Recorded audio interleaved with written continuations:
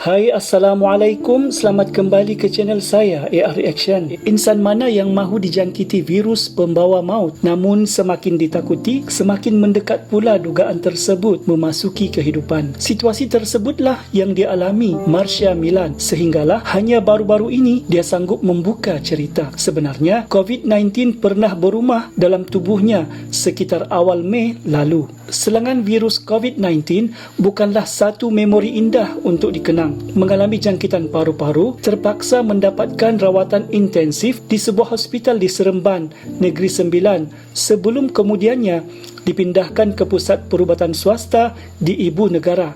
Semua itu bagaikan mimpi ngeri buat Marsha Milan Londo. Keadaan kesihatan saya semakin baik. Walaupun virus tidak lagi aktif dan telah keluar dari hospital, deria bau saya masih belum pulih sepenuhnya, jawabnya ringkas. Dugaan COVID-19. Antara simptom yang dialaminya ialah batuk, sukar bernafas, sakit kepala dan hilang deria bau serta rasa. Bercerita mengenai keadaan emosinya ketika mendapat pengesahan dijangkiti virus tersebut, Marsha mengakui emosinya sangat bercelaru. Awalnya saya sangkakan diri mengalami anxiety, tetapi selepas ujian calitan saya disahkan positif. Ketika itu sangat beremosi dan perasaan saya sangat terganggu. Rasa sedih dan takut bercampur-campur. Saya berdoa tanpa henti dan bersyukur Tuhan kurniakan kekuatan dalam diri untuk terus melawan virus serta kesedihan ini. Sekarang semuanya semakin stabil, tutur isteri kepada Muhammad Syaiful Nizam Muhammad Ismail itu. Berkongsi pengalaman dijangkiti COVID-19, pelantun lagu bimbang itu menasihatkan semua pihak agar patuh prosedur operasi standard SOP yang ditetapkan dan jangan senyap sekiranya mempunyai simptom COVID-19. Saya juga patuh SOP, tetapi selepas dijangkiti, perasaan berjaga-jaga jadi lebih ekstra. Jika ada simptom, teruslah lakukan ujian calitan. Jangan jadi penyebar virus kepada individu di sekeliling, katanya. Pemergian bapa mertua. Tidak henti diduga dengan kesihatan sendiri, emosi Marsha sekali direntap pada 22 Mei lalu dengan pemergian bapa mertua, Datuk Seri Muhammad Ismail Muhammad Osman, 60, akibat COVID-19. Sayu mengenangkan banyak memori indah tersimpan sejak bergelar menantu kepada figura yang dihormati itu. Marsha sebenarnya berdepan dengan kehilangan yang cukup besar. Memanggil Allah Yarham dengan gelaran bapa, dia tidak menyangka pertanyaan tentang salat subuh menjadi antara ayat-ayat terakhir yang diungkapkan Allah Yarham kepadanya. Semasa saya dirawat di Seremban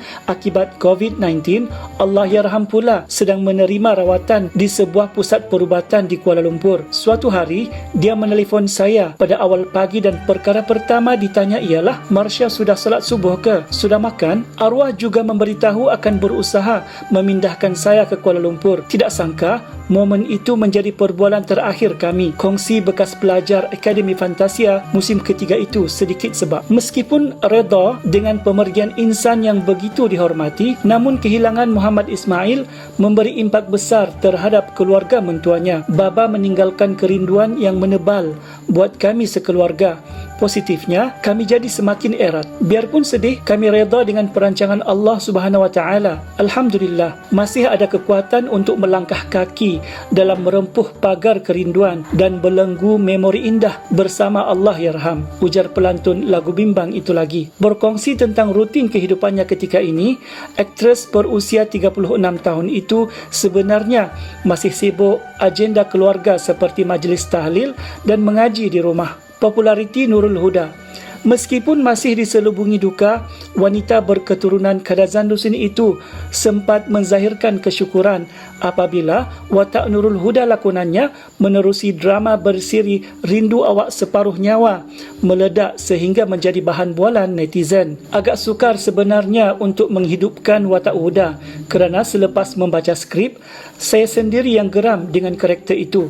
Namun Alhamdulillah, saya bertuah kerana berpeluang untuk bekerja dengan sebuah produksi dan barisan pelakon yang hebat. Hasilnya memuaskan hati. Mungkin itulah kegembiraan yang Tuhan kurniakan selepas diberi dugaan, ujarnya.